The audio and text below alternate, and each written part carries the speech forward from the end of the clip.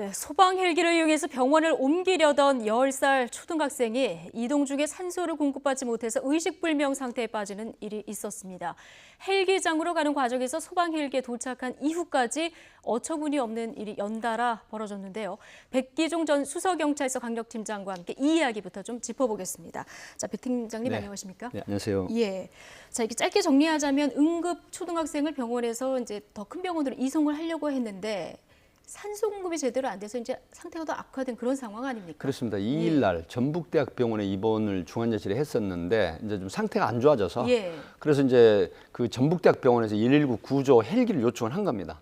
결국은 헬기가 왔는데 이미 6시간 정도 산소통에 산소가 있어야 되는 그런 상황인데 기체 그 산소통 기계 결함으로 이미 산소가 새 나가서 그게 이제 결국 도착을 했지만 이 10세 된 학생이 결국 산소 흡입이 안 된 상태에서 다시 의식불명된 상태인데 이게 서로 이제 병원과 소방 구조대가 서로 책임을 미루는 상황이면서 그런 상황인 거죠. 예, 이제 2일 날 12일 날 이 부모가 전북 도청 누리집 민원 게시판에 글을 올리면서 알려진 그러니까 7일에 발생했는데 뒤늦게 알려진 이유가 그렇습니다. 그래서 그렇군요. 네. 지금 이해할 수 없는 일이 이제 연달아 벌어졌는데요. 좀 쟁점을 차근차근 짚어보겠습니다. 가장 먼저 전북 소방본부에 헬기가 없었다는 거 아닙니까? 그렇습니다. 이게 이제 그 고장이 나서 수리가 맡기는 바람에 결국은 국민 그 안전처 산하에 중앙 구조 헬기를 요청을 하게 된 겁니다. 그런데 구조 요청을 받은 헬기가 8분에 올라오기로 했거든요. 그런데 21분이 늦은 29분에 도착을 했다는 거죠. 1시 29분에. 그래서 결국 20분간 피말리는 기다림이 있었는데 이때 또 20세 된 학생은 뭐 굉장히 힘들어하는 그런 걸 부모는 옆에서 지켜보고 있었다. 근데, 이런 게 또 알려졌죠. 예, 팀장님. 그 소방본부 측에서 헬기가 없다, 좀 지연해서 도착한다 이런 걸 알았으면 병원 측에 좀 알려야 되는 거 아닙니까? 그러니까요. 이제 여기서 또 한 가지 좀 미스테이크가 나왔죠. 예를 들어 20분 정도 지연이 된다고 하면 이게 응급 상황이니까요. 그러면 응급실 안에서 그대로 있다가 헬기가 도착할 무렵에 맞춰서 이동식 그 헬기통에 이동식 침대에서 와야 되는데 그런 연락을 사후에 해주질 않은 거예요. 그러고 이제 20분이 늦는 이 바람에 부분은 좀 책임 소재가 있겠네요. 그래서 이게 지금 이제 서로 간에 어떤 공방 간에 문제가 되고 있는 거죠. 근데 이게 이제 가장 큰 문제. 산소통이 왜 문제가 됐을까? 왜 비어 있었을까? 이게 지금 뭐 밸브가 고장났다. 뭐 기계 결함 이런 얘기가 나오고 굉장히 있는데요. 참 안타까운 상황인데요. 자, 조종사 2사람, 그다음에 정비사와 구급대원 4명이 타고 있었습니다. 하면 출발을 하는 이후라도 반드시 점검을 해서 산소통에 산소 공급이 문제가 있는지 없는지 확인을 해야 되잖아요.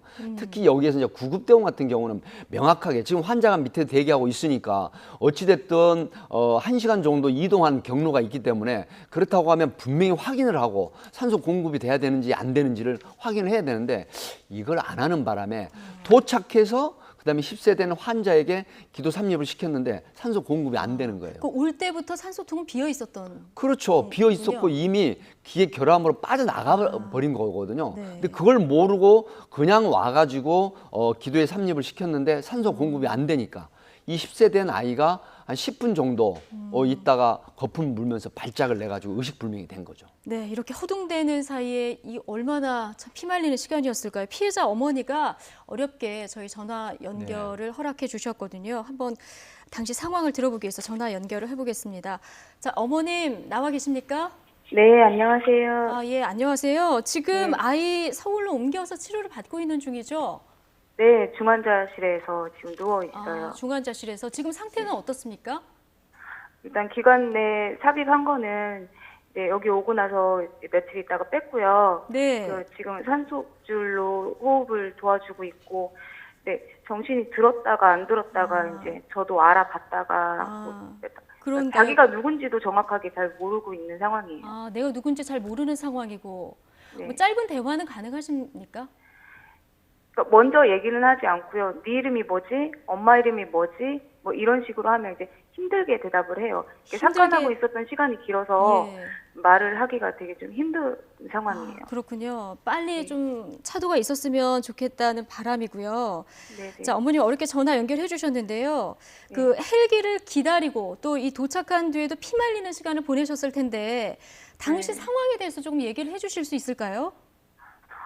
그때 되게 위험한 상황이었고요. 저희는 이제 헬기를 기다리고 있었는데 이제 시계를 보고 있지 않아서 얼마나 걸렸는지는 모르겠지만 늦게 왔어요, 헬기가. 늦게 왔다. 예. 그래서 이제 헬기 소리가 들릴 때쯤에 이제 헬기가 보이고 그러고 나서 병원 측에 있는 산소가 이제 떨어졌어요. 아. 그래서 이제 기다리는 사이에 병원 측에서 준비한 산소가 떨어졌다는 말씀이신 거죠? 네, 산소가 떨어졌는데 예. 그 저희가 수동식 그 산소 그 휴대용 산소기를 가지고 갔는데 예. 이거는 나중에 아이한테 산소를 더 주입해 주시는 상황이 되면 네.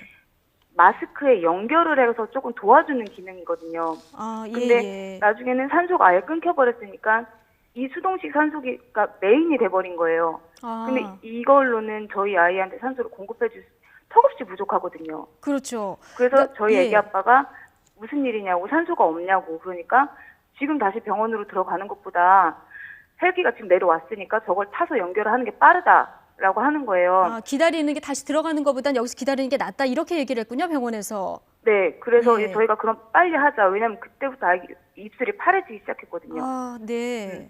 그래서 자, 이제 바로 이제 거의 진짜 정말 빨리 가서 했는데 뭐 허둥지둥대면서 대원이 뭐 줄 연결도 못하고 주지도 않고 막 그러고 있었어요.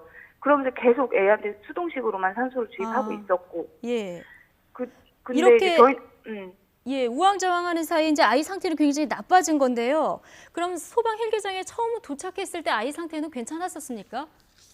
저희가 헬기장으로 갈 때요. 네네. 도착해서 이제 산소호흡기 처음 하고 헬기를 기다릴 때 상황, 그때는 이제 아이가 말도 하고 뭐 그런 상황이었나요? 네, 그럼요. 정신도 있었고 네. 말도 했고 엄마는 헬기 못하니까 먼저 가 있어. 그럼 엄마가 금방 따라갈게. 엄마 그럼- 못하니까 그 얘기도 다 대화를 하셨다는 거죠? 네네. 예. 지금 이번 일 이후에 119 구조본부는 뭐라고 얘기를 하던가요, 어머님? 일단 제가 인터넷에 글을 올리기 전까지는 저한테 연락이 없었어요. 그리고 제가 글을 올리고 나서부터 전화가 많이 왔어요. 글을 올리고 구조본부에서. 난 다음에. 그러니까 전북, 처음엔 제가 이게 전북 헬기인지 알고 있었거든요. 근데 그래서 전북에 글을 올렸고, 근데 나중에는 자기네 관할이 아니고 중앙 구조본부 측의 관할이다. 네. 그러니까 여기에 올린 거는 좀 지워달라고 그렇게 요청을 하더라고요. 처음엔 그러다가 예. 그러고 나서 몇 번 전화가 오고 네. 그때까지 아니 오늘까지 병원 측에서는 전화가 한 번도 온 적이 없어요. 병원 측에서는 지금 전화가 한 번도 안 왔습니까? 네. 지금 그러면 어떤 뭐 얘기도 들으신 게 없으시겠네요, 병원 쪽에서는? 네. 그런 상황이군요. 자, 어머니 방송을 통해서 하고 싶은 말씀 있으십니까? 방송을 통해서 그냥 저는 그냥 이게 어찌됐건 일은 벌어졌고 그걸로 인해서 저희 아이는 되게 힘든 상황인데 네. 이건 누구 하나 책임지려고 하는 사람은 없어요. 서로 다른 사람 탓이라고 하고만 있거든요. 예. 그러니까 이 현실이 너무 저는 답답하고 화도 나고 그냥 이 문제가 근본적으로 해결이 돼서 그러니까 저 같은 피해자, 저희 아이 같은 피해자가 다시는 이렇게 생기지 않았으면 좋겠어요. 알겠습니다. 어머님 상황 정확히 파악하고 밝혀내는데 도움이 됐으면 하는 바람에서 이제 전화 요청 드렸고 여러 가지 어려운 상황에도 전화 연결해 주셔서 감사드리고요. 따님의 빠른 쾌유 빌겠습니다. 고맙습니다. 네.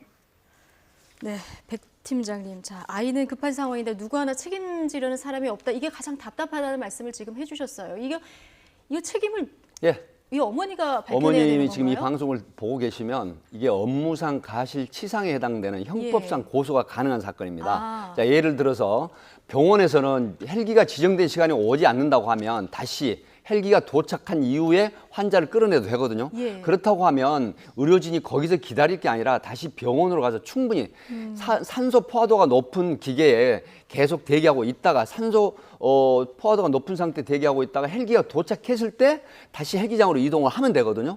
그럼에도 불구하고 도착 시간이 지났음에도 불구하고 마냥 기다렸단 말이죠. 예. 그러면 이 부분이 업무상 가실치상, 현재 정확한 이 아이의 상태를 진단을 받아서 고소가 충분히 가능하고요. 네. 그다음에 소방 헬기, 국민안전처사나 119 중앙구조대 헬기도 역시 산소통, 6시간 정도의 산소통에 산소가 있어야 됩니다. 응급 환자 이송하러 그렇습니다. 왔는데. 그럼에도 불구하고 네. 사전 점검을 하지 않은 이 주의 의무를 태만히 한 게 인정이 되거든요. 그래서 이게 이제 수사학적으로 규명이 되면 네. 충분히 업무상 과실치상으로 입건이 되면서 유죄를 받을 가능성이 높기 때문에 그걸 근거로 해서 네. 그다음에 국가를 상대로 하거나 병원 측을 상대로 해서 손해배상 청구 소송이 가능하겠습니다. 예, 자 소방당국, 병원 둘 다 손해배상 청구 그렇습니다. 가능하다. 네, 아무튼 아이가 하루빨리 호전되기를 이게 무엇보다 가장 바라는 모든 국민들의 마음일 것 같습니다. 근데 어제 초등학생들이 큰일 날 뻔한 네. 사고가 하나 더 있었어요. 이거 영상을 보면서 좀 얘기를 나눠야 될 것 같은데요. 네. 어제 홍은동에서 있었던 그 주택 붕괴 사고 현장에서 있었던 일인데요. 화면 한번 보실까요? 이게 홍은동 리모델링 공사 현장인데 이제 붕괴되기 직전에 아이들이 335 모여 있는 얘기를 하고 있는 예, 초등학생들이 이제 335 모여가지고 그 하굣길에 이제 저것을 거닐고 있거나 있었는데 진짜 아찔합니다. 갑자기 이 건물이 붕괴되면서 이제 무너져 버리죠. 예. 근데 여기에 또 매몰된 인부들 중에 한 분이 결국 사망을 하신 안타까운 사고였는데 예. 초등학생들이 이제 계속해서 저런 주변에 있다가 큰일 당할 뻔한 건데 네. 정말 그나마 불행 중 다행으로 초등학생들은 문제가 없었던 게 아찔한 그런 모습입니다. 네, 아이들만 혼비백산 달아나고 그렇습니다. 순식간에 현장 이렇게 막 먼지로 뒤덮이는 화면 조금 전에 보셨는데요. 당시 현장이 어땠는지 목격자 인터뷰를 한번 들어보겠습니다. 그 붕괴되는 순간 초등학교 애들이 그 건물 앞에 서 있는 것도 저희가 봤고요. 네. 그 폭발하면서 그 뿌연 연기가 순식간에 막 퍼져져 나왔기 때문에 처음에는 아무것도 안 보였었거든요. 네.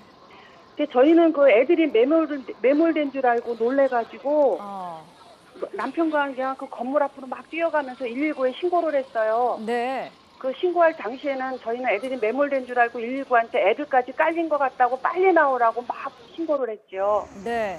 네, 그리고 가서 보니까 막 그 먼지라 그러나요? 그 뿌연 연기가 있어가지고 가까이 있으면 못 가겠더라고요. 네. 예. 그래서 그 주변에서 막 지켜보면서 119 빨리빨리 오라고 그것만 재촉하고 있었죠. 급박한 상황이었던 것 그렇습니다. 같은데요. 그 주변인들 말 들어보면은 공사를 좀 서두르는 것 같았다 이런 얘기도 나오고 하는데 사고 원인이 좀 나왔습니까? 사실 그렇죠. 이제 저게 사실은 저런 경우에는 안전 펜스를 분명히 설치를 해야 되고요. 그다음에 그 주의 축대라든가 건물이 붕괴될 위험에 대비해서 어떤 안전 의무 표시를 해줘야 됩니다. 그리고 안전망을 설치하거나 안전 펜스를 설치를 해서 출입을 못하게 해야 되는데 그런 어떤 그 안전 표시판 없이 지나가다가 만약에 문제가 됐을 때는 민형사상 모두 책임이 있거든요. 네. 그렇기 때문에 저런 건 특히 지나가는 행인을 보호하고 특히 더더군다나 어린아이들 하굣길인데 저런 부분은 정말 주의를 기울였어야 하는 그런 문제입니다. 그렇죠. 알겠습니다.